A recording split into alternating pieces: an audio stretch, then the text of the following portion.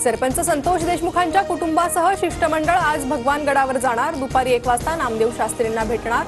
आरोपींच्या गुन्ह्याचे पुरावे देऊन न्यायाची मागणी करणार। बीडचे जिल्हा शल्यचिकित्सक डॉक्टर अशोक थोरात यांनी धनंजय देशमुख यांची भेट घेतली।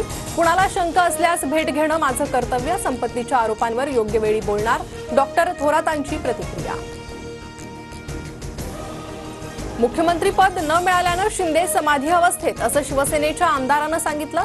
सामनातून खळबळजनक गौप्यस्फोट, भाजपनं आश्वासन पाळलं नाही। आपल्या पक्षातील कोण टॅप केले जात असल्याचाही शिंदेंना संशय, सामनातून दावा।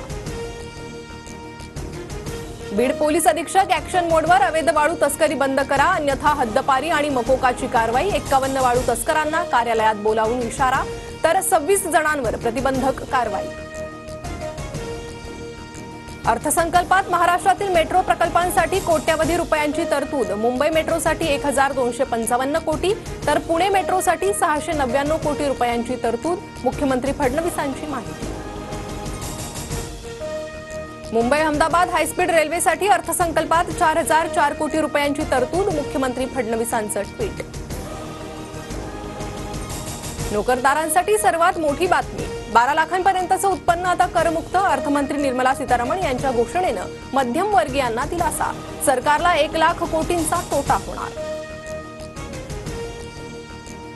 भारतीयांचं स्वप्न पूर्ण करणारा अर्थसंकल्प। आजचा अर्थसंकल्प गुंतवणूक आणि बचत वाढवणारा, पंतप्रधान नरेंद्र मोदींकडून अर्थसंकल्पाचं कौतुक।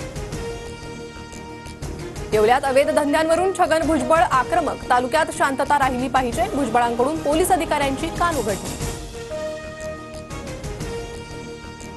मध्य आणि पश्चिम रेल्वेवर विविध अभियांत्रिकी आणि देखभालीच्या कामांसाठी आज मेगा ब्लॉक। माटुंगा ते मुलुंड स्थानकांदरम्यान अप आणि डाऊन जलद मार्गावर सकाळी 11:30 ते दुपारी 3:30 वाजेपर्यंत ब्लॉक असणार।